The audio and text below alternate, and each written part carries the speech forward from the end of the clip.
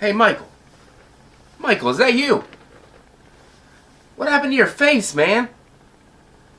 That ain't the same mask from the last movie.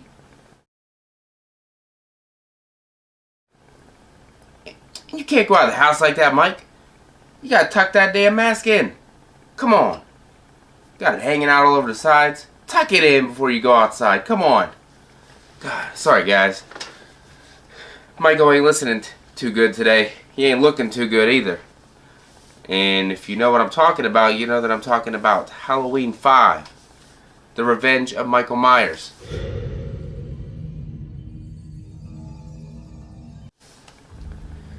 Man. This movie is not a pleasant watch. There's a lot of things wrong with it, and not many things right. So how are you guys doing? Welcome back to FACCI'S Horror Movies and More.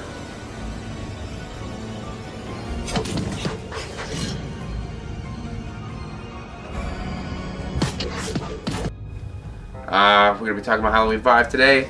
Came out in 1989, starring Ellie Cornell, Danielle Harris, and Donald Pleasence. Picks up exactly after Part 4, which Part 4 was a shining star in the Halloween series, and then they take a big, giant shit right on it and come out with Halloween 5. So many good things to talk about today, but not really. Like I said, continuation of Part 4 after they've shot Michael the hell up, and then he falls in the well. And they go ahead and throw in that stick of dynamite for good measure. Except for you see him crawling out, looking weak and kind of soft for Michael. And then he gets in the river and goes on a little joyride down.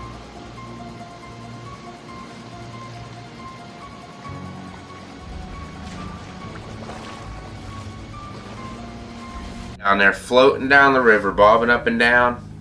So corny and so not necessary. We did not really need to see Michael doing any of that weird shit. And to make it worse, you can obviously see that he has like a life preserver on because his shoulders are so squared off so that he stays floating the whole time. And then you see him crawling out all weak. We don't need to see Michael like that at all. We don't need to see him weak, in pain, barely able to move. That's not who he is. That is not the shape.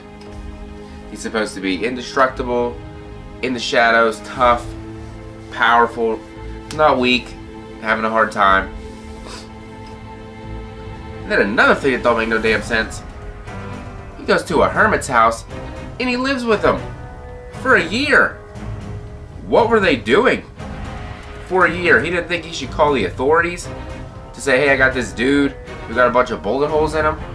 No, I'll just take care of him for a year, you know, wipe his ass, you know, feed him like a baby, possibly do some crazy butt stuff. Who knows? They might have had a sexual relationship. That's how weird this movie is. We don't know.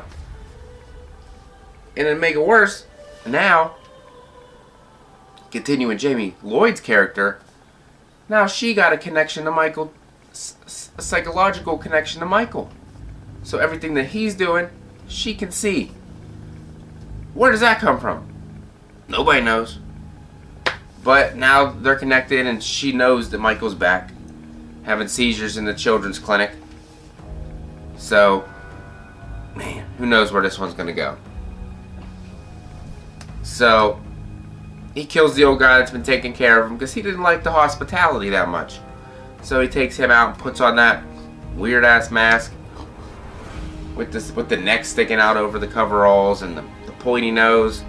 Looks like an alien. I don't know what they were thinking. Should have just continued the fourth mask, but whatever. Whatever them guys want to do. Dr. Loomis in this movie, total wacko. Goes around yelling at nurses at the clinic and yelling at Jamie. Pretty much yelling at everybody. Except for Rachel. That's about the only person he treated with any sort of respect in this movie. But to speak of Rachel, they did her dirty. They did her dirty. They killed her. Killed her off about 20 minutes in. And then they give us, you know, they replace her with a shitty character, Tina, with the most annoying voice on the planet Earth.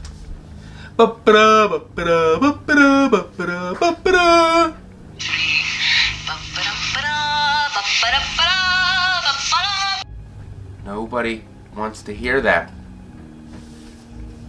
Nobody wants to hear that at all. And another thing that bothers me is the scene when he's going to kill Rachel.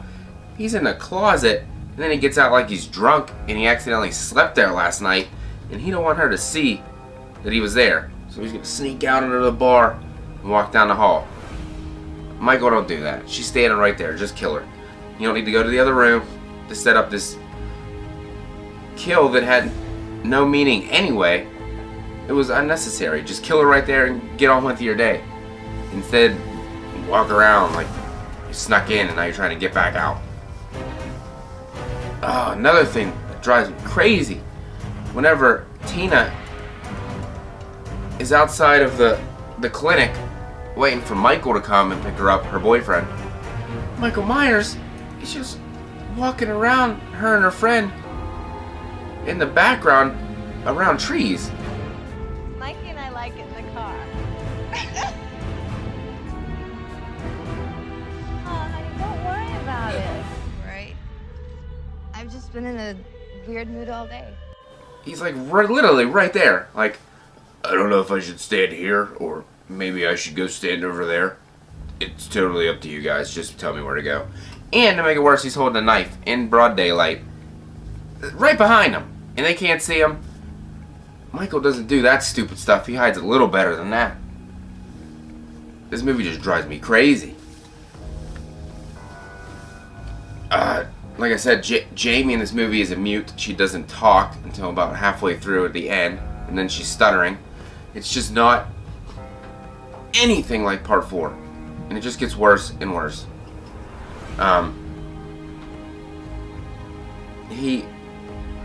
The Man in Black shows up also. Nobody knows who the hell that is. The director don't even know who that is. So us as fans, we're just like, who the hell is this guy? And he just pops up from time to time. And we're also introduced to the cult symbol, which comes into play in part 6. And that's not that great either. And we get no explanation in this movie what that even is either.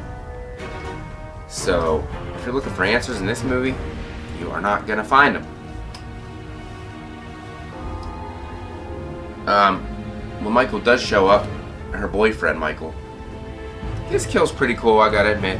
When Michael scrapes that rake on the back of his nice car and then hits him right in the face with the rake and drags him, I'll give him that.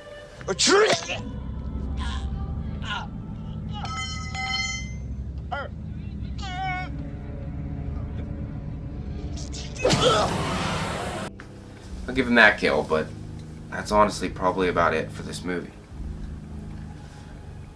You know what else? You know, man, I've been trying to describe this one woman, and the only thing, she got 2 round things, and I just can't say cookie woman, Dale's gas station. At least that guy knows. He knows. He loves that cookie woman sign. Who wouldn't? Those big cookies. He's feeling it. So Jamie knows that Michael's with her, and then the cops come and save her and whatnot. But Tina, being the bitch that she is, you think she would stay with Jamie and care for her that night because Jamie is scared that something's gonna happen to her. But no, she gotta go get laid, gotta go party it up, be irresponsible. So we're supposed to like this character who replaced Rachel, who we all loved, and she's actually a bitch who only cares about herself. So whatever comes to Tina's way, we don't really care. So she leaves Jamie at the clinic and goes to the party anyway, where her and Spitz and his girlfriend, they get theirs. They go into a barn and hang out there and party for a little bit with the stupid bumbling cops. Do do do do do. All clear. Playing that dumb music to let us know the cops are stupid, which we don't need to be told that. We can obviously see that they are stupid. Just the way they look and act, we know they're bad cops. We don't need the music. This ain't the circus. But this director had no freaking clue what he was doing and just pretty much did whatever he wanted.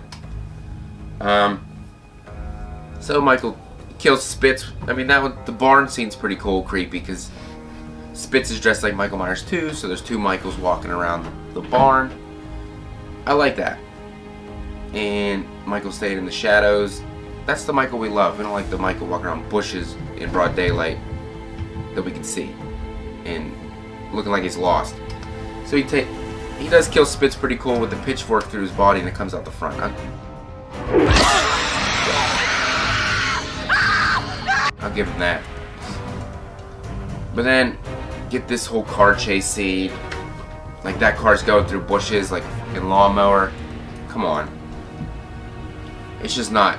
It's not realistic, and it's just not that good, really. As he's chasing Jamie and Tina and Billy through the forest or whatever, he does wreck it, and that part's pretty creepy because he wrecks and he falls on the horn, and the horn's just blaring. But then you hear the horn stop, and you know, shit, he ain't dead. So he gets out of the car, and then Tina has her one redeeming moment where she saves Jamie and takes the stab and dies. But other than that, Tina sucks. I do not like her at all. Very annoying character. The Dr. Loomis speaking into the woods to Michael, I do like that. I do like that when he has that little speech. You can see Michael kind of walking back to his house. Go home! Go home, Michael! She'll be there. Which he does go home and then disposes of all the freaking cops, you know, hangs that Charlie guy out the window. It's just, this movie's just not good. Not good. Then he stabs Dr. Loomis after Dr. Loomis is talking to him, telling him it's gonna be okay, give me the knife. The only good part in the house, only good scene, laundry chute scene. I would be actually terrified if that happened. He's stabbing through that, trying to stab Jamie. It's a pretty damn intense scene.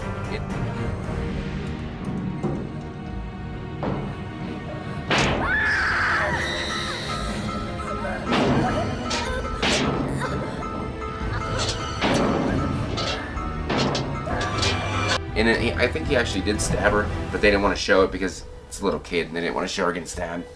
But that was an intense scene, and I really did like that.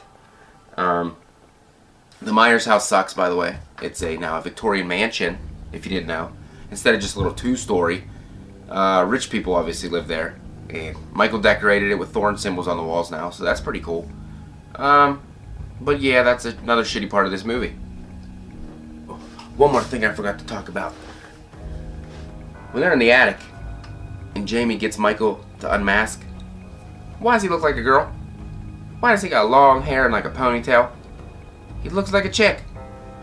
And then, Michael Myers, being a little bitch he is in this movie, he sheds a tear, okay? I didn't know Michael cried. I didn't know Michael had feelings.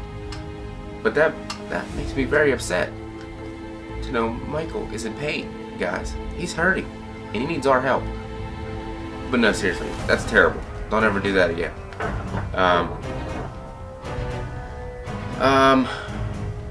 The finale, Loomis uses Jamie as bait, gets the net to drop on him, shoots the tranquilizer darts at him. Then that old man beats his ass with a 2x4. And he beats his ass so hard that he ends up having a heart attack. So you think, hey, Michael and Dr. Loomis are gonna, the way they came in, the way they go out, they came in together, you think they're gonna die together right there. And you think that's the end of it. But it wasn't. Then they take Michael to jail. And they leave his mask on while he's in jail, because that's what you do to a criminal. You leave him with his mask on. We don't want to look at that ugly face. You want, hey Mike, I need you to take your mugshot. Smile. You got his mask on. It don't work like that. And to make it worse, he's on his knees, fondling chains, looking at the wall, like a little bitch. Michael don't do that. Michael doesn't do that. Shows how weak he is. Oh, and oh wait, he must be a human because he's there doing human things. Take the mask off. Stop fondling the chains. Don't show him or just don't show him like that at all. It's ridiculous. This movie's just a shit show. Quote to Dave McRae, "It's a fucking shit show." Then you think it's over, but no. The Man in Black comes in with a freaking machine gun and blows everyone away, kills everybody, and Michael escapes after 30 cops are killed by the machine gun wielding Man in Black. And then Jamie Lloyd says, "No!" And the screen fades to black and that's it. And you're like, what the hell did I watch? Was that a Halloween movie? Was that Michael Myers? Or was that a bum who accidentally got drunk, put the mask on, and just randomly killed people? Nobody knows. So to be honest with you guys, I'm going to give this a 1 out of 5. Very little to enjoy. Once Rachel dies, the movie dies.